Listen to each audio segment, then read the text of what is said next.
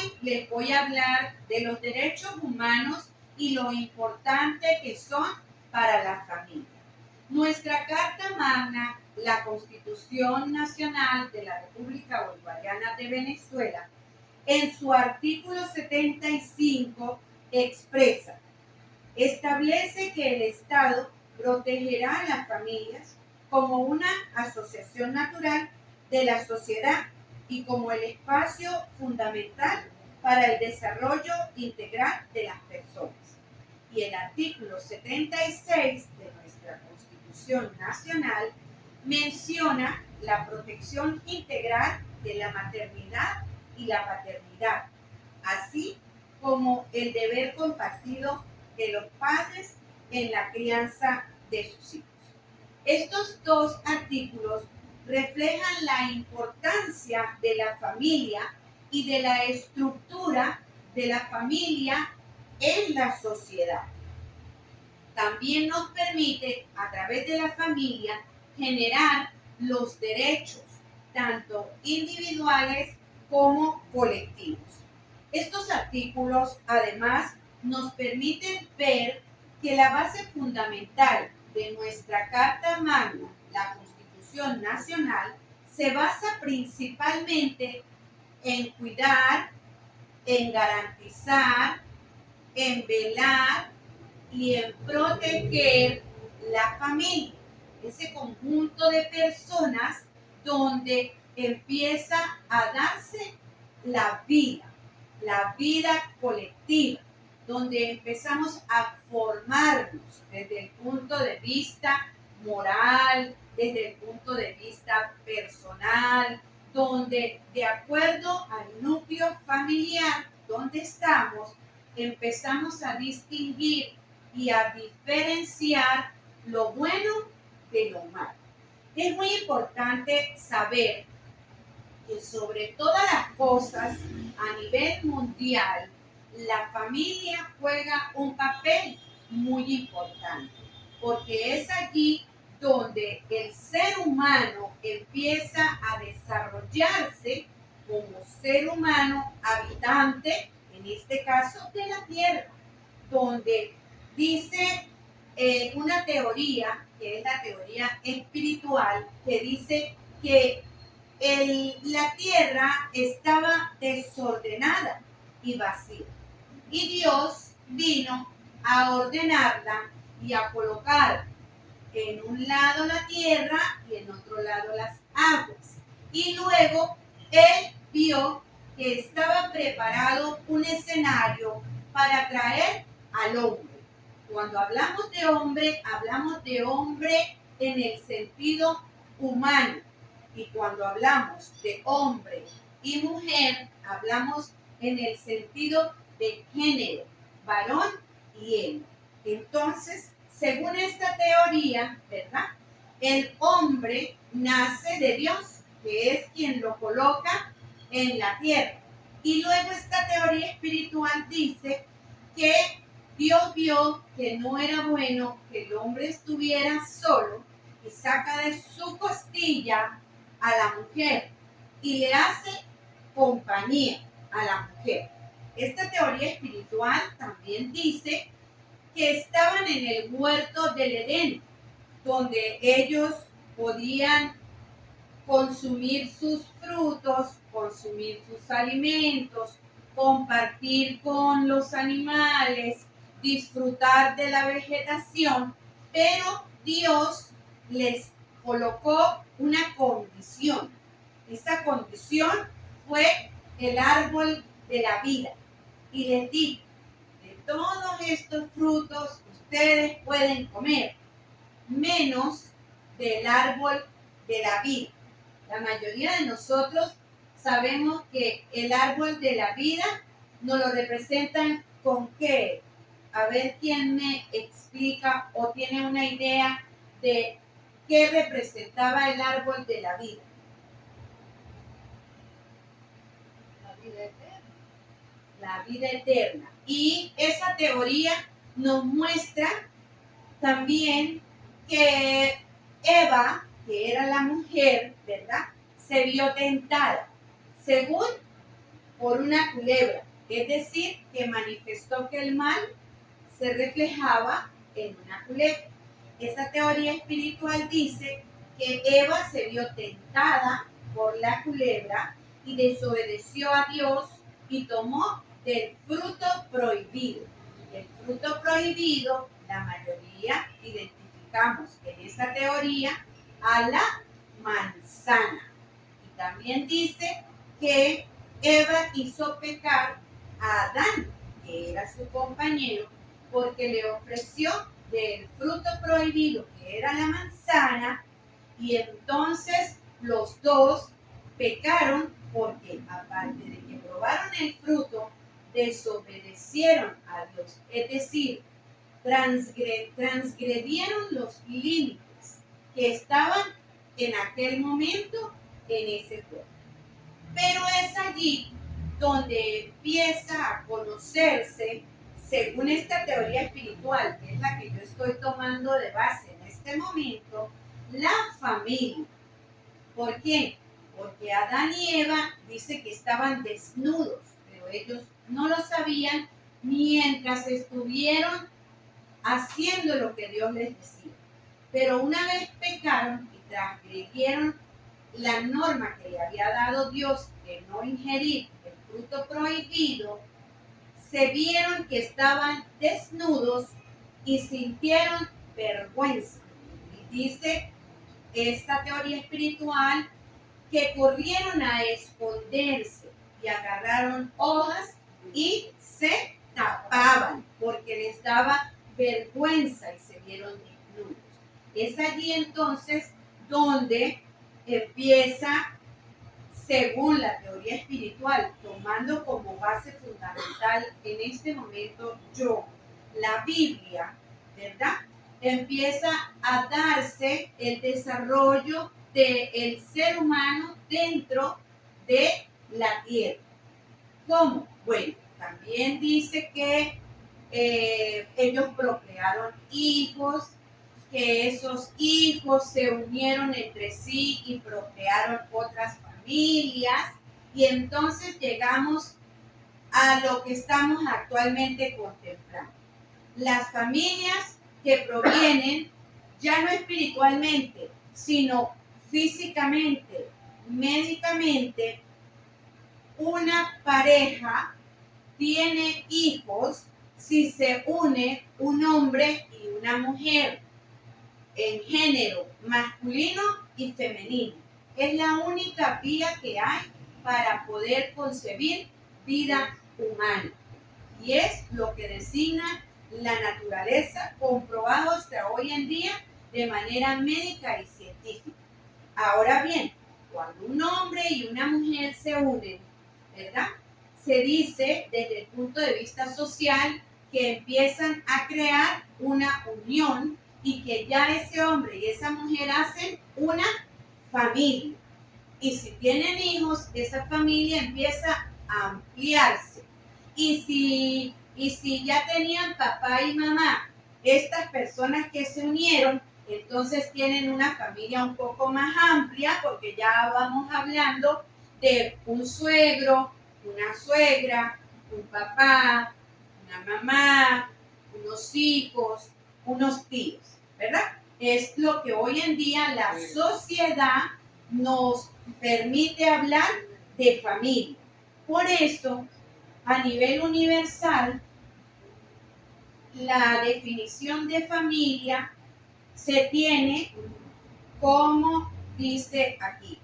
La familia es un grupo de personas unidas por el parentesco. Es decir, ese parentesco puede ser consanguíneo, afín o político.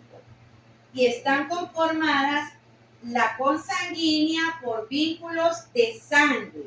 Por ejemplo, la mamá con el hijo, la abuela con los nietos. También viene por un vínculo constituido y reconocido legalmente, como es el matrimonio. Legalmente, una familia se toma como familia cuando el hombre y la mujer se unen a través del matrimonio, ¿verdad? Y entonces siempre nos han enseñado desde pequeños en las escuelas que la familia es la célula y la base fundamental de la sociedad. La familia es una organización social, es muy importante para el universo. Pertenece a una agrupación de tipo vital, porque es la que empieza a darle forma a los derechos humanos. ¿Dónde nacen los derechos humanos? El derecho humano nace a través de la necesidad de poder determinar a qué tenemos nosotros derecho y que no puede ser vulnerado. Por ejemplo, dentro de los derechos humanos tenemos que son derechos inherentes a todos los seres humanos. Es decir, los derechos humanos no están constituidos para ciertos y determinados grupos, ni para ciertas y determinadas religiones, ni para ciertas y determinadas razas. No, los derechos humanos son para toda criatura humana que se encuentre en cualquier territorio, sea territorio nacional o sea territorio internacional. Todos, pero todos tenemos los mismos derechos humanos, sin discriminación alguna. Normalmente, estos derechos humanos deben ser superiores y deben velar por encima de cualquier otra norma. Y son inherentes a lo fundamental del ser humano. Dentro de los derechos humanos universales tenemos leyes, tratados internacionales, ¿verdad? Y pactos internacionales que han venido haciendo a través de la historia y a través de los tiempos, digamos, los países, ¿sí? Dentro de esos derechos humanos nace también el derecho internacional. ¿Por qué? Porque, por ejemplo, el derecho a la vida es un derecho universal. Toda persona que es concebida tiene derecho a nacer y tiene derecho a vivir, independientemente en principio de cómo venga su salud y de cómo traiga formado su cuerpo y de cómo traiga formada su mente. Por ejemplo, otro derecho universal y un derecho humano es el derecho a la libertad. Vamos a ver quién me puede decir qué considera que es la libertad. Sí, bueno, pienso que la libertad es el pensamiento libre del ser humano, ¿no? Para desarrollarlo en cualquier circunstancia de la vida. Porque la libertad también se puede decir que es libre, libre, digamos, libre del pensamiento, libre pensamiento. Muy bien. Ese es un derecho muy importante. El derecho a la libertad está consagrado como uno de los principios universales. Es decir, que toda persona tiene derecho a opinar, toda persona tiene derecho a tener su propio concepto de personalidad, tiene derecho a expresarse, ¿verdad? De una manera libre. Muy bien. Pero ¿qué pasa? Que las transgresiones entre nosotros mismos como personas han llevado a que ese derecho a la libertad tenga excepciones. Es decir, el principio es estar libre, poder caminar por donde quieras, poder expresar lo que tú quieras, pero cuando ya transgredes el derecho a la libertad de otra persona o causas un daño a otra persona, entonces viene la excepción de la norma, que más que todo es lo opuesto a la libertad. Y lo opuesto a la libertad vendría siendo que normalmente nosotros decimos, yo no soy libre porque la ley condena la libertad. Gracias a Dios, en nuestro país, Venezuela, no existe la pena de muerte. Por tanto, se garantiza aún con mayor veracidad, con mayor valor y con mayor cuidado el derecho a la vida. Y también, gracias a Dios, en Venezuela, hasta los actuales momentos, no se transgrede el derecho a la libertad sin que antes se haga una investigación o un procedimiento, bien sea a través de uno de los organismos públicos encargados de hacerlo, para poder privar a una persona en su libertad.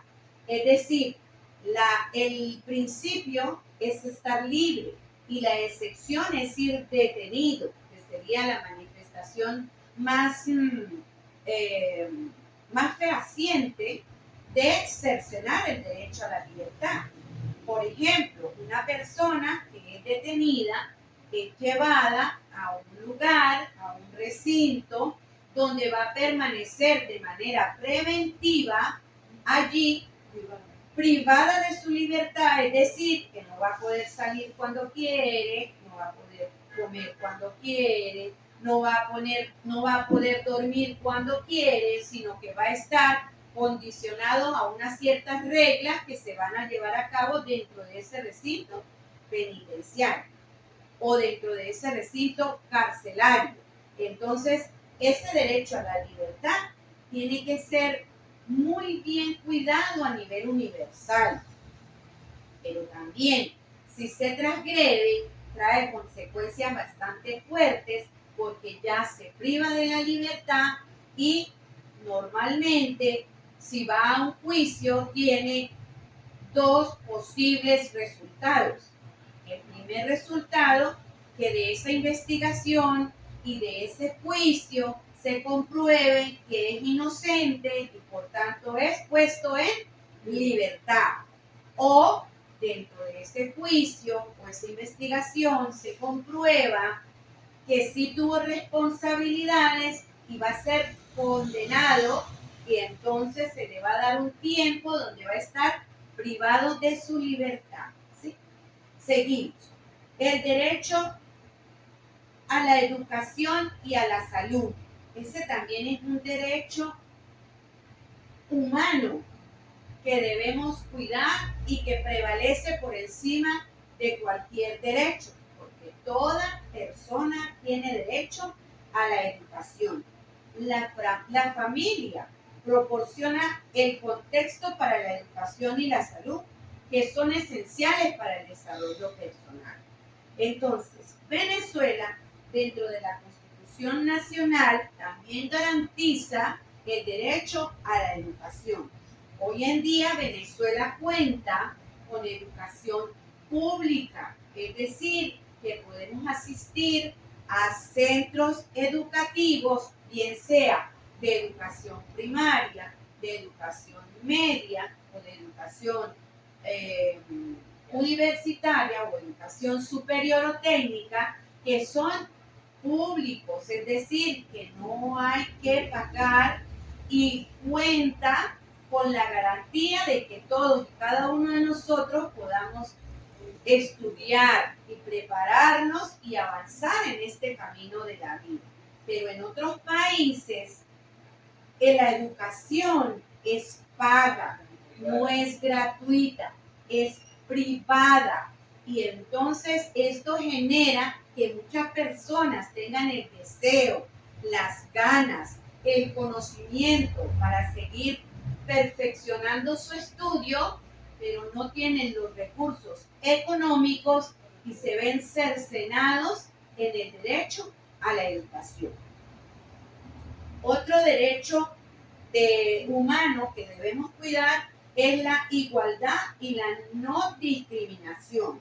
¿Podría alguien decirme qué es para usted la discriminación? Podríamos decir que la discriminación es como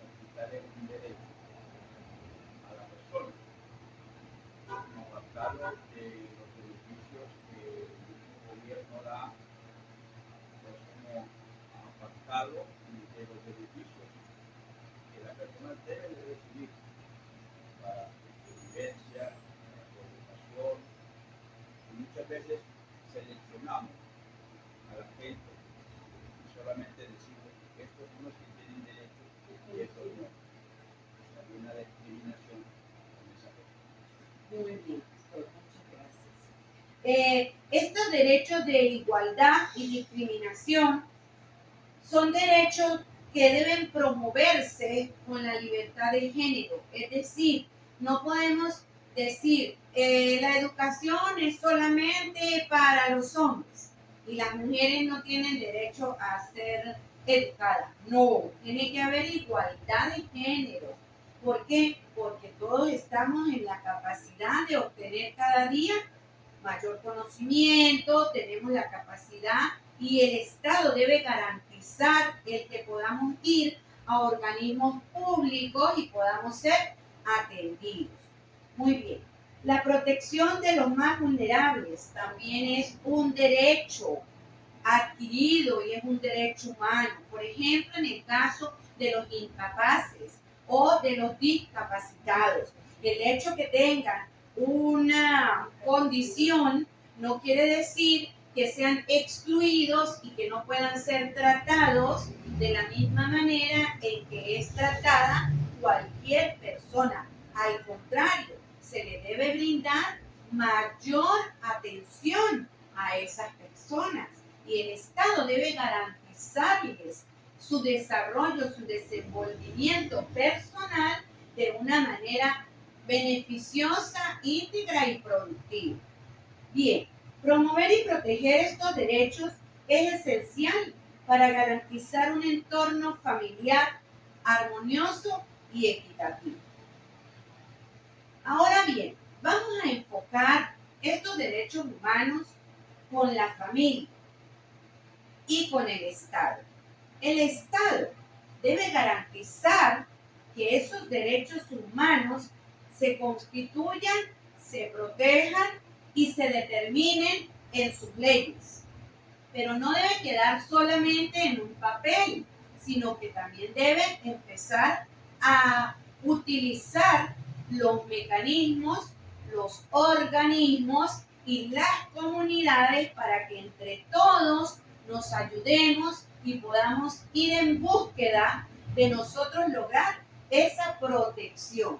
Entonces allí entra a jugar un papel muy importante la paz, que es lo que hoy en día Venezuela busca, que Venezuela quiere y que pedimos a Dios y pedimos a toda la población que en unidad, en ayuda, en solidaridad podamos conseguir esa humanización de Venezuela para la paz.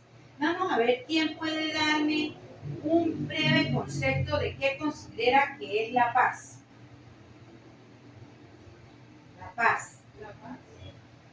Vivir en un ámbito de armonía, de comunión con la familia principalmente, y con los vecinos, con la comunidad, y mantener la paz, ¿no? El país donde estemos, que haya paz para todos. Exacto. En este caso, yo voy a decir que la paz, con respecto a la familia, primero la familia que esté constituida en una unión, que significa la paz. Segundo, en una sociedad como Venezuela, que constituimos con 30 millones de habitantes, cada uno puede desarrollar también la paz dentro de nuestro país, en nuestro territorio nacional. Es parte de ella esa paz.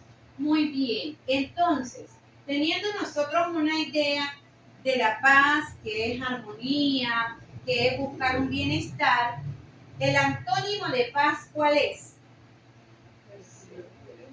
Guerra. El antónimo de la paz es la guerra. Entonces, la paz debe ser un estado de bienestar, de tranquilidad, de estabilidad y de seguridad, que es opuesto a la guerra y tiene una connotación positiva. ¿Por qué? Porque mientras nosotros vayamos en busca de ese bienestar, ¿verdad? tiene que unirse la fuerza de ayuda.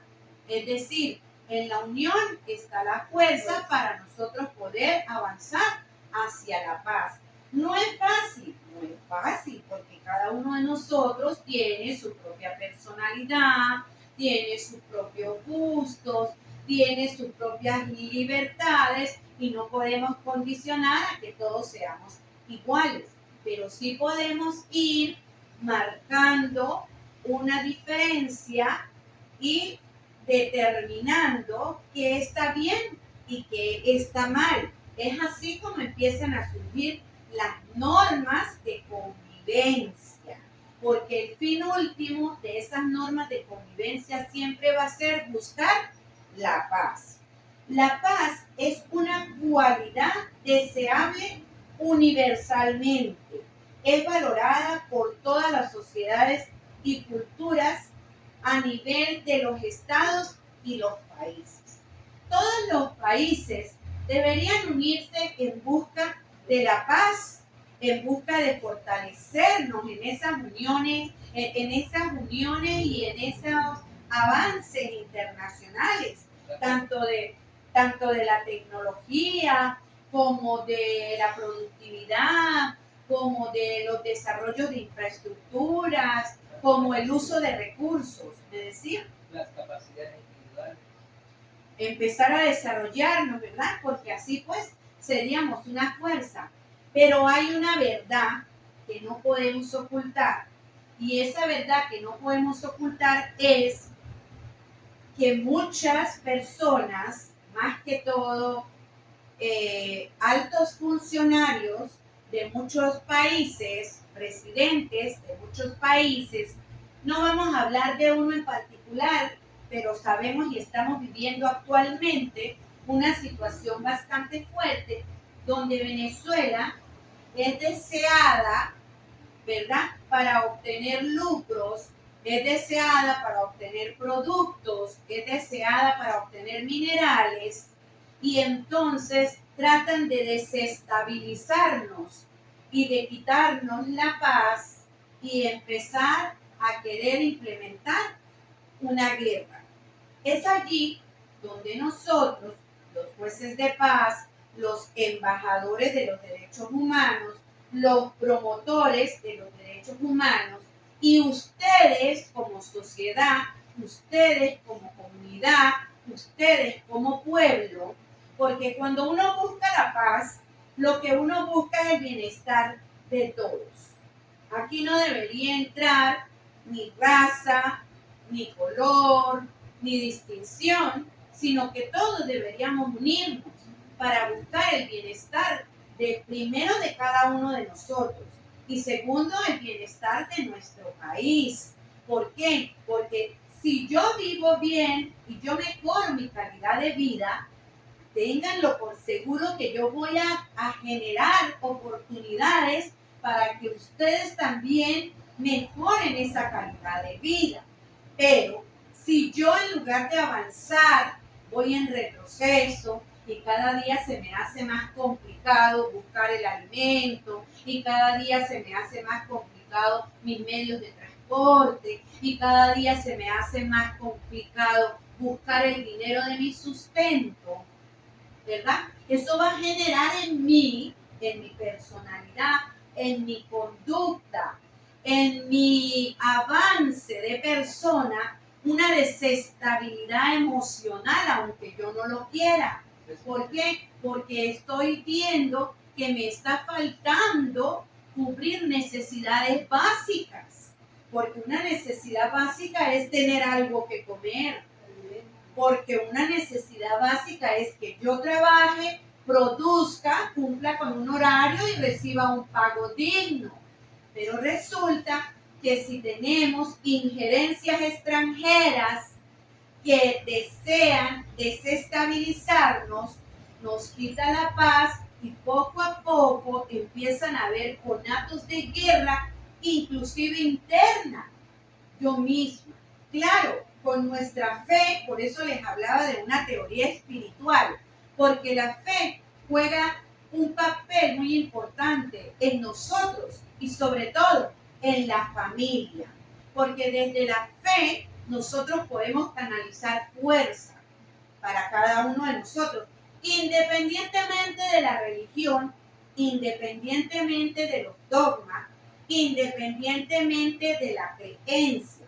Pero si esa fe se une y hacemos fuerza por un mismo objetivo, por una misma petición, como es la paz de Venezuela, independientemente de que tú creas en Dios como Jehová, en Dios como Yahvé, en Dios como yo soy, ¿verdad?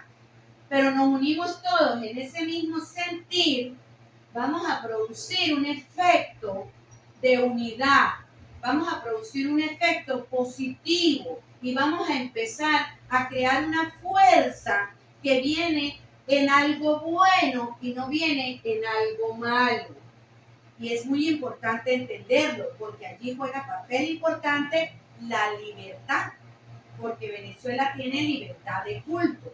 Y Venezuela, desde nuestros ancestros, ha sido un país de mucha fe, de mucha creencia, de que los padres nos enseñaron a pedir la bendición a los hijos a cada momento que salimos, a cada momento que llegamos, de que nuestros padres desde la historia nos enseñaron a ver una estampita, que la Virgen, que el niño Jesús, que el doctor José Gregorio, y aunque a veces entendiendo o no entendiendo, ¿verdad? Eso nos genera una fuerza para nosotros mismos de que contamos con alguien que nos ayuda, de que contamos con alguien que nos protege, de que contamos con alguien que no vemos, que no sabemos dónde está, pero que nos permite avanzar y no quedarnos allí. Entonces yo hoy los invito a que nos unamos en fuerza, a que nos unamos en fe, a buscar la paz y a decir, porque la palabra tiene poder, a decir y a invocar, ¿verdad?